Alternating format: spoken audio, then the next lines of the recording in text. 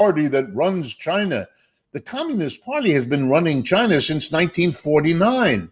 It's the Communist Party of China that Kissinger and Nixon went to visit in order to reopen relations with them.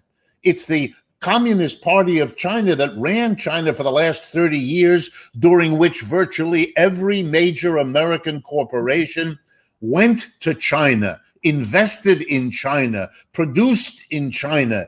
Now, at the end of 30 years of it, to say, gee, it didn't work out quite the way we wanted, that's not the basis of a mature country's international position. That's a politician looking to get some votes by posturing.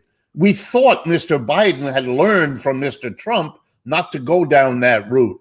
Instead, he's looking more and more like Trump. We spy on everybody, dummy. We just don't advertise it. We spy because we love. Like the U.S. on France. Just a few years after Governor Winthrop utters these words about being a city on a hill, just a few years later, the people in the city on a hill move out to massacre the Pequot Indians, who seem to think they belong on this land.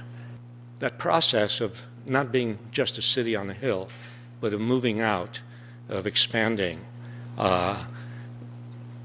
continued. That's a persistent fact of American history, going all the way back to those first settlers and coming down to the present day. U.S. politicians are stating that we need to decouple from China. Everything from China should be banned. Chinese students, Chinese apps, Chinese digital payments. Essentially, we want to completely separate from China. Meanwhile, American companies, that are these are the ones that are driving forward the United States economy.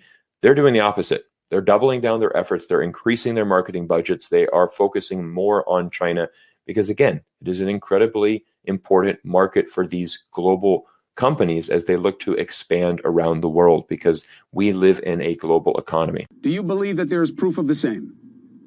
There is absolutely no evidence for that at all. There is no evidence that this was a virus that was created in a lab.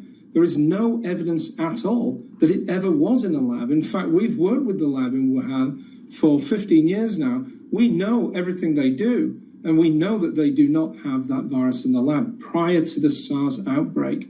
It's never been found prior to the SARS outbreak. How do you know they didn't have it in the lab? Well, because we found about, over 500